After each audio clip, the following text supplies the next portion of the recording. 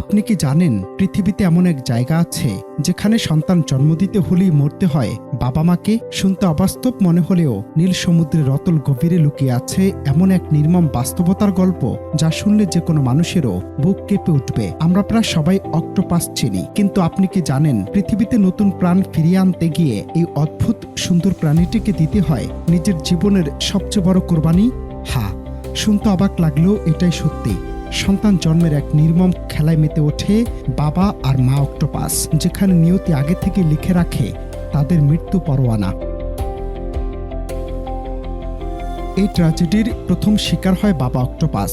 মিলনের এক বিশেষ প্রক্রিয়ার পর মা অক্টোপাস যখন হাজার হাজার ডিম ধারণ করে, তখন থেকে শুরু হয় বাবা অক্টোপাসের ধ্বংসলীলা। মিলন শেষ হওয়ার পরপরই হরমোনের এক অদ্ভুত খেলায় নিজের মস্তিষ্কের কার্যক্ষমতা হারিয়ে ফেলে বাবা অক্টোপাস। সে ভুলে যায় নিজের পরিচয়, হারিয়ে ফেলে বেঁচে থাকার তাগিদ। এক চরম মানসিক ভারসাম্যহীনতায় সমুদ্রের তলদেশে দিক বেদিক ছুটতে ছুটতে একটা সময় সে মৃত্যুর কোলে ঢলে পড়ে, কিংবা পরিণত হয় অন্য কোনো বড় সামুদ্রিক প্রাণীর খাবারে। নিজের সন্তানদের মুখ দেখার সৌভাগ্যটুকুও তার ভাগ্যে জোটে না কখনো। বাবার মৃত্যুর পর নাটকের দ্বিতীয় অংশ শুরু হয় সমুদ্রের আরো গভীরে। মা অক্টোপাস তার হাজার হাজার ডিমকে নিরাপদে পৃথিবীতে আনার জন্য শুরু করে এক আমরণ যুদ্ধ।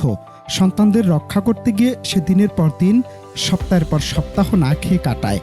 এই দীর্ঘ অনাহারে একসময় মায়ের মস্তিষ্কেও বড় পরিবর্তন আসে। বিজ্ঞানের ভাষায় একে বলা হয় সেনসেন্স। এই অবস্থায় হরমোনের ভারসাম্য হারিয়ে মা অক্টোপাস পাগল প্রায় হয়ে যায় এবং এক পর্যায়ে নিজেকে আঘাত করতে শুরু করে। এভাবে সন্তানদের পৃথিবীর আলো দেখানোর শেষ মুহূর্তে মাও চলে যায় না ফেরার দেশে।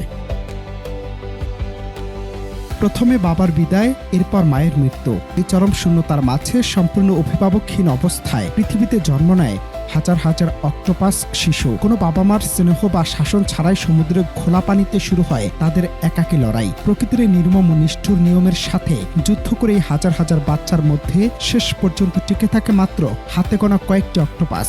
সত্যি, প্রকৃতির বুকে নতুন জীবন টিকিয়ে রাখার এই যে আত্মঘাতী লড়াই, তা অক্টোপাস ছাড়া আর কারোই বা হতে পারে? অনন্ত হাসান মাসুদ, বাংলা টিভি।